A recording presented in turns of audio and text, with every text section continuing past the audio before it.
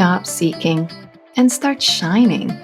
Welcome to a 22-minute bite-sized experiential session created to activate and empower your soul's unique purpose, which is not a destination, but it's a magical daily odyssey. Your moment to shine is here, and I'm your host, Julie Suen. Aloha, everyone. Welcome to another episode of Shine. This is an exclusive episode. I am so excited. Yes, I'm very excited because, well, it's summer solstice, first off. Happy solstice, everyone. But it's also a really big day because it's a release of a very important book.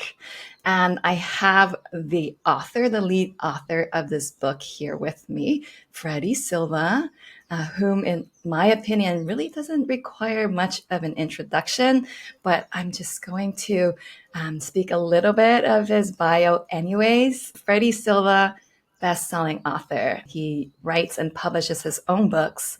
Leading researcher is an understatement. I don't know how he gets all this information, but every one of his books are just packed with documented information about the most cryptic and mystical topics. I don't know how he does it. Leading researcher of ancient civilizations, restricted history, literally restricted because it's been hidden for just so many years. Sacred sites and their interaction with consciousness. He's also a leading expert on crop circles, amongst many other things. He's published now the 9th book in multiple languages and produced at least 14 documentaries. And his most recent book is the subject of our interview today, and it's called Portals, Energetic Doorways to Mystical Experiences Between Worlds. I'd just like to add that I also have a short story somewhere in this book, and I'm just so honored and grateful to have this little piece of work in this publication with this really big star. I'm a huge fan. So thank you for being here, Freddie Silva. Hello, Julie, and congratulations on being published. Oh, thank you. Thank you very much. Hey, what is your definition of portals? Oh, Hawaii is one of them. It's actually the portal on the face of the planet. A portal is exactly what the word suggests. It's a window. In fact, the Persians called it the window into paradise. And it's kind of a place on the Earth's surface where the laws of physics as we know them behave a little bit differently. So if you're on this sort of radio station, you go on these particular hotspots of energy where electricity and magnetism and sometimes gravity combine to shift the radio frequency a little bit. And because you're made of the same stuff, you stand at these hotspots and you allow yourself a little window into another reality. And a bit like driving a car, the more you do it, the more you sort of realize that you are trespassing into a new level of reality. And then if you do it properly, you can come back with information and then apply it in your daily life and become a better person. Or not, as the case may seem. It's a place where you go and get the tools. And in fact, Plato said it very well. It's the only place where you can actually go and access real truth and real knowledge. There's no one else in the universe where you can find the truth and the knowledge unless you go to these hotspots. So they're very important. They're all around the world. And I'm not joking about Hawaii. I mean, it's the geometry of the Earth is such that it hits Mauna Kea. And it's a specific angle of energy transdimensioning. I won't get into the physics of it. It's very complicated, but it is. It's the most active space on the face of the Earth, and it coincides with the most prevalent accentuation of gravity and electromagnetism on the planet. So not surprising then that so many people are drawn to where you live. Yeah, wow. I mean, I look forward to another book of yours talking all about Hawaii. Because I'm just not going to have to go there and research it. Oh, you will. Stop twisting my arm. Yeah, I mean, I've already offered a spare room in our house. So You're yeah, on. you're okay. You're on. I have this recorded. You're on. Okay. It's going to be a spare room tour. I have 14 spare rooms in Hawaii waiting for me. Oh, well, you have a very long trip ahead. Okay, so this is great. I mean, you just have so much information on so many different places. And I know that this book in particular, Portals, is a little different that in the way that you write it. It's different from your other books that are very well researched, and you go more personal in this book. Why what has caused you to kind of shift your tone in this book as opposed to your previous works? Oh, I'd swore that I wasn't going to write a book for another while. I don't really plan these things. They just come because they appear on my desk, and then you follow your passion, and everything else falls into place. So there's no plan, there's no long range plan. And I was approached by this publisher, and I swore I'd never work with another publisher ever again, least of all because Mm, the returns are so little, unless you're Dan Brown, in which case it doesn't matter. But she talked me into it, and she says, it's you never talk about your personal stuff. I said, well, it's not about me. It's about the bigger picture. It's about the temples and things. I couldn't imagine anything more boring than listening to me prattle on about my personal experiences. And she assured me that no, this is what people want to know: how you get to where you ended up because of your personal experiences. And once in a while, I'll throw one in there, like my experience in the Great Pyramid, meeting the guardians that literally came out of the stone. And I had mm, witnesses to prove this. And I figured, okay, who am I to disagree with public opinion? I guess I'll sort of talk about how I got to where I am. And then she says, well, there's a middle section where, people like yourself would publish their own particular interactions with hotspots. And they had no idea what the material in the book was about. So I end up validating by accident or by coincidence what these people had written. And I hadn't read their stories either. I didn't want to until the very, very end. And also, they're validating what I'm saying in the other two chapters. So it became a wonderful synergistic exercise. And at the very end, there was a practical section in the third section, which I thought it's about time this was printed because I always talk about it. And you've been on one of my tours. I always talk about interacting and giving you your personal space so you can experience the temple and these hotspots and get something out of it. But I've never written it down. I didn't realize this. So it became a very practical exercise. And for me, the best part, I didn't have to write, 400 pages of bibliography and references and photographs to back this up. So it saved me a lot of time because, my printer used to say, your books would be a lot cheaper if you took out the bibliography and the references because it's like a quarter of the book. And I said, well, people need to believe that I'm not making this stuff up. I want to give the skeptics permission to believe that there's science behind all of this, and there is.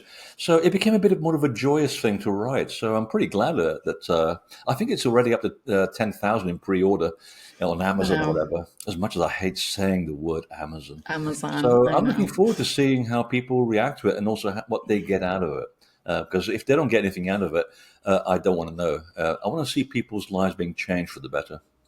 Yeah, I highly doubt that people won't get anything out of it. It's a powerful book.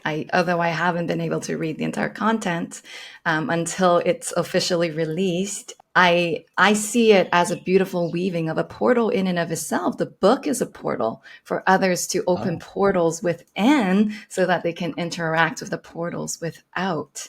So, totally and agree. yes. And just wanted to add a little bit of a plug in here for Freddie's tours. If you haven't been on them, it's a once in a lifetime opportunity. Like, go for it. Put yourself on the wait list. I put myself on the wait list for a really long time. And then what happened? COVID happened, so that people canceled. And I got on the list to go to Egypt with Freddie. And that was an amazing experience. And how you mentioned about the beings coming out from the walls, I actually experienced that in a hotel while we were there. But I'll save that for But another that's another day. story. That is another story, right? And so, we all have these personal experiences, and how grateful I am that you allow, for you to say yes to this book meant that others like me can share these personal experiences without being called crazy. So Yeah. in Portals, yeah, in Portals, you and others, including myself, share stories of our personal experiences with these sacred portals around the world.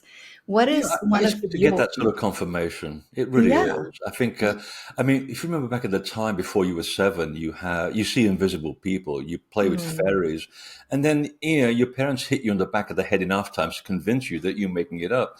But it's actually true. I mean, until you're seven, you still have one foot in the other world, and yeah. we forget that these tools are there for our own happiness and development. These beings want to help you. The information is there for you to use in this lifetime. As the Egyptians said very well, to be incarnated is to suffer from a spiritual blindness. You lose track of why you're here. And then, of course, we end up going to, all the podcasts and the lectures and the tours and the books Mhm. to remind you of what the hell you're doing here. It's kind of a bit of a cosmic joke. So, yeah, it's very important to get people to back into the land, to understand the spiritual context of the land and get to experience these things directly, because it does really give you a sense of empowerment that you are the God you've been waiting for all along. And there's a lot of truth to be Mm. said to that. So, when you see people arrive with all their problems, it's particularly in Egypt, and the last two tours sold out in 50 seconds, by the way, we're obviously doing something right. And I also spoil people, as you know. But the fact is that you see them arriving with all of their problems, and then 10 days later, they're very different. I mean, when they go back Mm. to the airport, the cacophony that hits you, the signal to noise ratio is very low. And you realize, I just spent 10 days blocking all of this and I feel better for it. So, right there, you are now in control of what you allow in and out, which means you can actually dictate how you go through life in total control. So, once you're in control, you basically can do whatever you want with your intent. But then again, you got to be careful what you ask for, because you might get it and you might not like what you got. So, but at least you're in control of the whole thing and no one can tell you what to do. And that's the best thing. Oh, yeah, that's beautiful. So, for people who wish to align energetically and interact with these portals, would you have recommendations for like steps or practicalities that they could adopt? What would you suggest to somebody who's interested in stepping into the world of portals? Don't do drugs or alcohol. It gets in the way. As much as I hate saying that in public, Mm, yeah, it gets in the way. And a lot of the people do ayahuasca and they go on retreats. But the thing is, if you ask any shaman, they'll say it's an approximation of the real process. It's not the actual process itself. The chemicals are creating a lot of the imagery. The idea of interacting with these hotspots of energy is to put yourself in a place where your soul has a chance to leave and experience the other world directly. That's the difference. It's not a visual experience, it's a tangible experience. And if you do it again, like driving your car, you get better at it. And you remember when you mm, first had a driving lesson, you're petrified and you're sweating and you don't think you can do it. Well, now here you are driving your car as second nature. It's the same thing working with these spiritual places. The more you interact with them, the more you develop this relationship with a friend or a sort of a being that wants to help you. And it's like having your own extended family. And I should say, it's a family you actually want to hang out with again and again. Unlike Christmas and Easter, it's like I don't want to hang out with my family. This is a yeah. family you definitely want to hang out with, because they'll tell you the truth and they'll put a mirror up to you, and you've got to be, pretty honest with yourself when you hear back these things, because sometimes the truth is difficult to handle. But if you want to make the best of your life here, you've got to be honest with yourself. You've got to strip away all the pretenses. And I can tell you from personal experience, it does you no end of good just to say, hey, I got it wrong. But that's Mm. okay. If you were perfect, you wouldn't have incarnated anyway. None of us are perfect. That's why we're here. And you got the rest of the time that you breathe until you die to get it right. So there's no hurry. Yeah. So, mm, how does one know whether they're in a portal? And are all portals sacred places? Yeah, because originally the native people around the world, they'd sensed everything. So if you go down to Australia, for example, the Aboriginal people will walk across the desert and suddenly they'll turn right. And you think, why is it so special about this piece of sand? And they'll say, because we can hear the Jalkiri, the spirit roads. And they're like cassette tape. Now, if you're under 30, you'll have to Google cassette tape. Because there's like these cassette tapes where they imprint the information of people that have walked these lines, these song lines forever. So they hear the song and they'll turn right, and 60 miles later, they were a sacred site. So they were doing this forever. In Native America, same thing with the Hopi. You climb to the top of the hill and they'll say, here it is. And people go, where? Right there. They can see it, they can sense it, but you're disappointed because you're expecting a big temple. Well, that's what happened because we lost that connection to be able to feel the sensitive environment around us.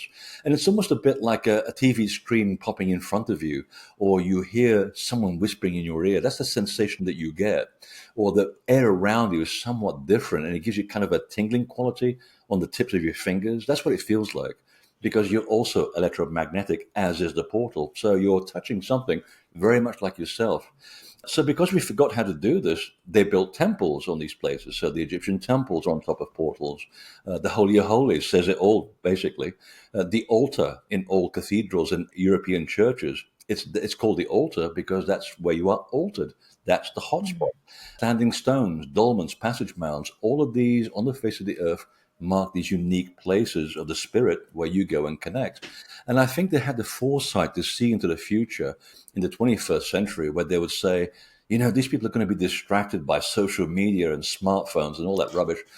And they're going to go shopping and they won't know what's happening around them. And if you lose track of nature, you're going to be subordinate to nature and nature needs to evolve. And we're in the middle of huge changes right now, huge catastrophes upon us.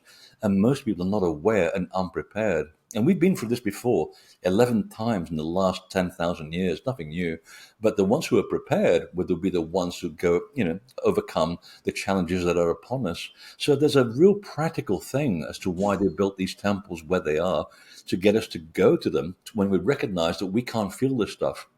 And as you quoted quite rightly in Egypt, you go into these special rooms, you know, and I have this trick where I tell people, I'm not going to tell you what's in these rooms. I want to remind you of why you came on this trip and just walk past these rooms and one of them will hear you and you'll be drawn into one of those rooms and tell me about it later. And then they'll say, yeah, I went into this room and I connected with this, and this. And then I'll say, well, do you realize that that room is actually about this, and this? And they go, oh, that's exactly what I'm looking for. Yeah. But your brain wasn't engaged, you see. It wasn't judging. Your body knew exactly where it was going. And the room, because it's a living organism, said, hey, psst, come in here. I've got exactly what you need. And that's when the magic takes place. Magical.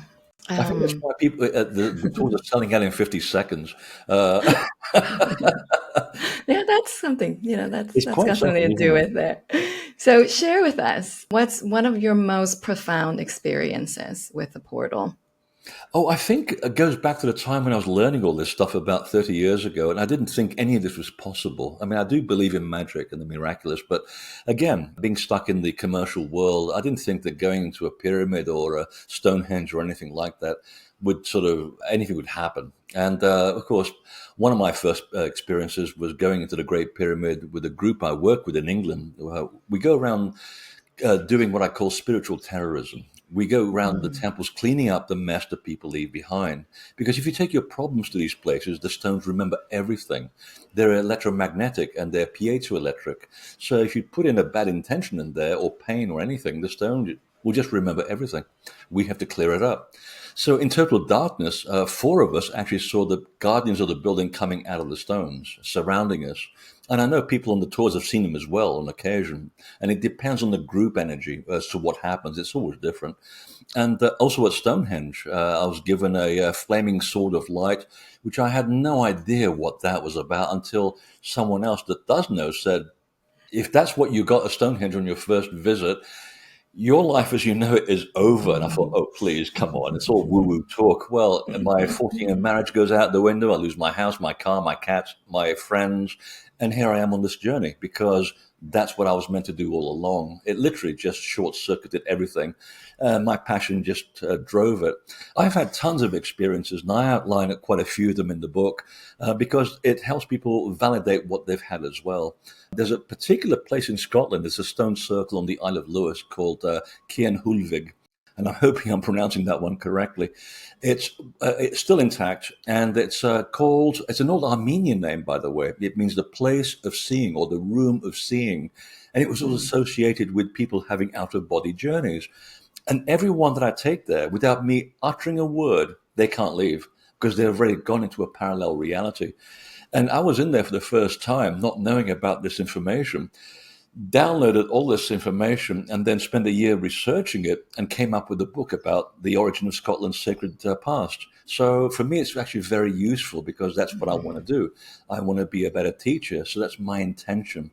So you see how it amplifies, the experience amplifies what I'm looking for, and it gives me the information, and then I have to go and research it. So it's a two-way conduit. So those are some of the more sort of interesting ones, strange ones. And there are other ones, but we'll probably be here for hours. Yeah.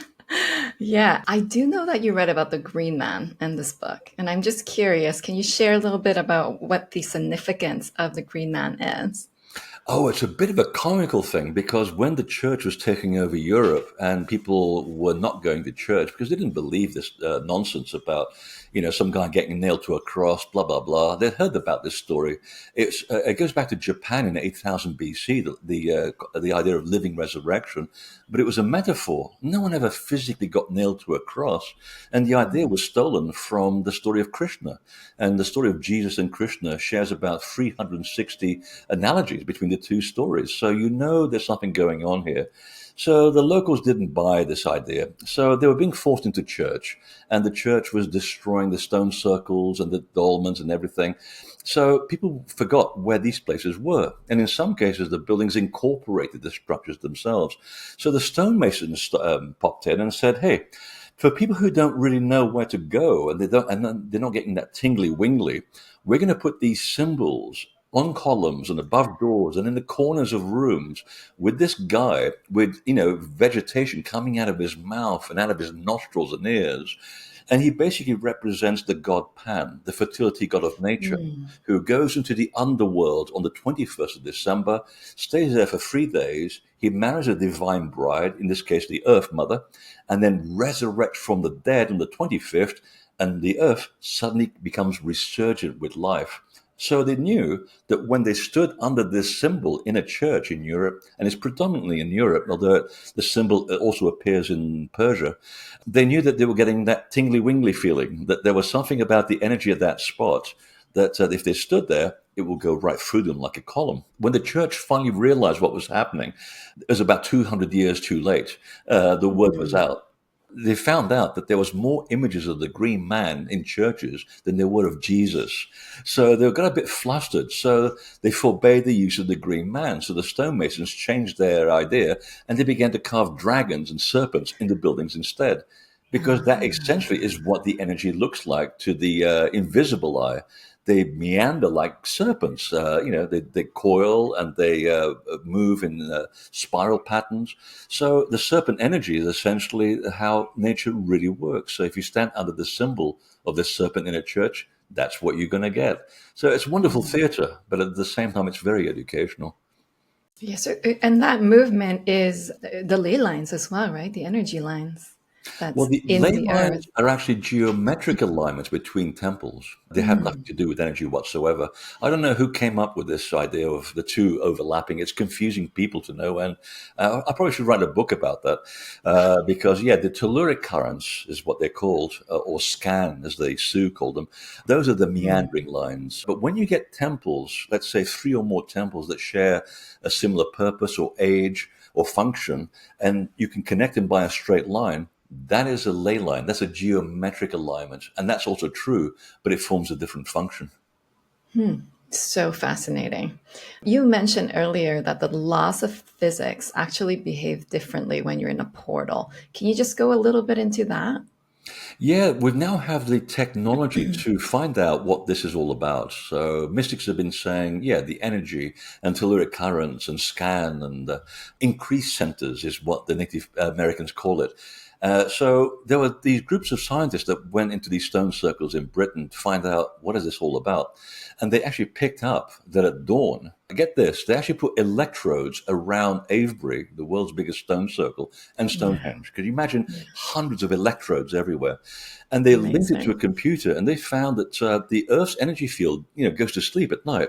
And just before dawn, something miraculous happens. all the energy on the surrounding landscape is attracted to the ditches around these stone circles. And it concentrates like a big ring, almost like a particle collider.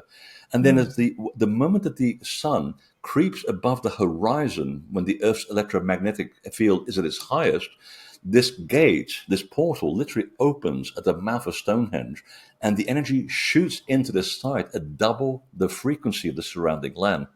That's what they were talking about. The fact that these sites accentuate the energy and double it. So this is why people like going to places like that to do morning ritual.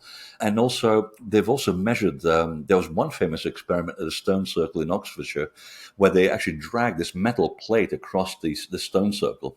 It's a magnetometer. And basically you're hitting it as you're going along, and it sends shockwaves into the ground, and whatever comes back up as a signal gets transferred to the computer. Well, as they're walking around the stone circle, the computer is printing out this spiral of energy that goes into the entrance of the stone circle, and it goes around and around and around like a spiral, and in the center, it goes right into the center of the earth. So the next time you read Lewis Carroll's Alice in Wonderland and the Rabbit Hole, that's exactly what he was talking about. He just couldn't talk about it in Christian terms. So he was getting away with murder. So we finally have the means with which to describe exactly what's going on. The fact that the electromagnetic field is subtly altered to get you to stop thinking and get you to start feeling at these places. Oh, that's so beautiful. I was just at the Avebury Circle 3 weeks ago. Oh, really? Yeah, yeah, yeah. My old home. Oh, that's right. That's right. Anyways, that's also another story. Finally, I feel like we can wrap up with this question. We kind of dived into how portals are sacred places. I'd like to ask you, do you believe that all sacred places are portals? And also, are portals necessarily places, or are they also within us? Oh, they're very much within us. In fact, if you look at Indians and anybody working in northern or southern India, especially the Rishi, they'll say, yeah, you don't need the temples. You are the temple. The temple's already in here. Even Jesus said it. The temple of God is inside you. And they said, we can demonstrate this by something called Kriya Yoga. And if you do it properly, and they'll claim that only in India do you find people who know what the hell they're doing. They don't trust the Westerners in this matter, and I don't blame them. Yeah, you go back to the source of where these things were. Why not? And they said, no, you can actually manipulate your own energy field in a certain prescribed way, which usually takes about a year of, really concentrating your efforts and going within. And you spin your Merkaba inside your own energy field, and you create your own effect. So you don't need a physical temple. And the Egyptians said the same thing. I mean, they wrote on the back of the temple of Edfu, and I quote, "We will continue building temples until people discover they are the temple." So you can imagine two priests sitting at the door of Edfu, having a cigarette and looking around going, how are we doing? I don't know, human consciousness, still a little bit iffy. I know, let's build another temple to remind them. So I think they're having a bit of fun at our expense, but they're absolutely right. And everywhere you go on the planet, without exception, and we've known this for a long, long time, every sacred space, every temple, every standing stone, every dolmen is built on a hotspot of energy, without exception. So yes, by definition, every temple is a portal in itself. And there are specific places where you find this energy more than others. And it tends to be the altar or the Holy of Holies, or a specific place where certain iconography is pointing in the right direction. And again, if you walk in not thinking about it and just feel your way through, you know there's something different about certain rooms, and you just want to hang out there and you don't want to leave until I drag you out, of course. A plane to catch. But that's how it works. The places literally are giving physical expression to an invisible force that you otherwise would not see.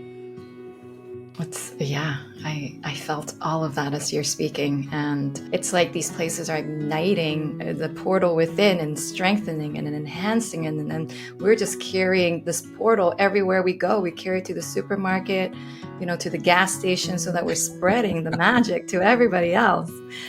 So I have one in my living room.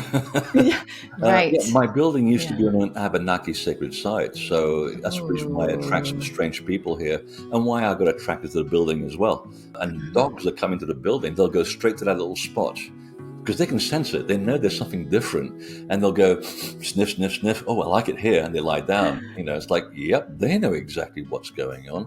So yeah, you don't. They're everywhere. And I was having a conversation with someone else yesterday about Manhattan, and they said, "Well, it would be great to have one of these in Manhattan." I said, "Yeah." Go to Central Park, just behind the Metropolitan Museum. There's a big obelisk that was borrowed from Egypt. And that was put there by the Scottish Rite Freemasons, who knew what the hell they were doing. And they put that on the hotspot that comes out of Central Park. And there's another glacial erratic on the middle edge of Central Park with all the scrapings, all the stones that were dragged there during the Ice Age. And first time I went there, I thought, I haven't felt like this since I was at Stonehenge. And I sat there and I thought, oh, okay, this is why this is here. And you're away with the fairies. So, yeah, just because we have a lot of urban centers doesn't mean that they've gone away. Sometimes even a favorite coffee shop will also be on a portal because the owners, and I'm actually talking where I live here in Portland, one of the owners that I know very well, she actually comes to a lot of my lectures, and she's clued in. And I said, did you choose that building because it was financially viable, or because it was beautiful, or because of something else? She goes, the first two, but certainly the third one, because I knew there's something about the building that was different. I said, yeah, it's on a hotspot of energy. That's why I like going there rather than other coffee places. And the coffee's pretty good as well, but she picked up on it. So just because you have urban centers doesn't mean these things have gone away. And again, it just requires mindfulness. If you're more mindful of your environment, and your body will pick up what it needs for its own greater good. Perfect reminder. Well, such an honor. I'm so grateful to be with you, Freddie. And I just want to add that your new documentary, The Hidden Side of Egypt, is amazing. Well, thank you very much. Yeah, I'm actually finally happy with something I've done. I'm a notorious perfectionist, so I actually strung Gaia along for several years and said, I got an original idea about Egypt in a way that's never been done before. Oh, what is it? We'll buy it. Said, it's safely locked up in my head, which is the euphemism for a writer to say, I have no bloody idea what to do. And it was one day when I was waiting for you guys to show up at the hotel, I went off for a little walk by myself, away from everybody, into the desert. And I went, what's this all about? And someone just dropped this idea into my head, and I went, oh, that's a really good angle for the documentary. Thank you. So the management was helping me out on this. And yeah, you see it from a different point of view. So yeah, I'm very happy with it. And the response so far has been exceptional. So thank you, everybody. Yeah, so the focus of that, a big focus of that is the shining ones, like you call them in that documentary. And I know that you also talk about them in this book, Portals. So everybody, today's the release day. It's summer solstice. Get the book. It's really going to be transformative. Thank you again, Freddie. And Thank you, I hope to chat with you again soon. Yeah, good to see you again.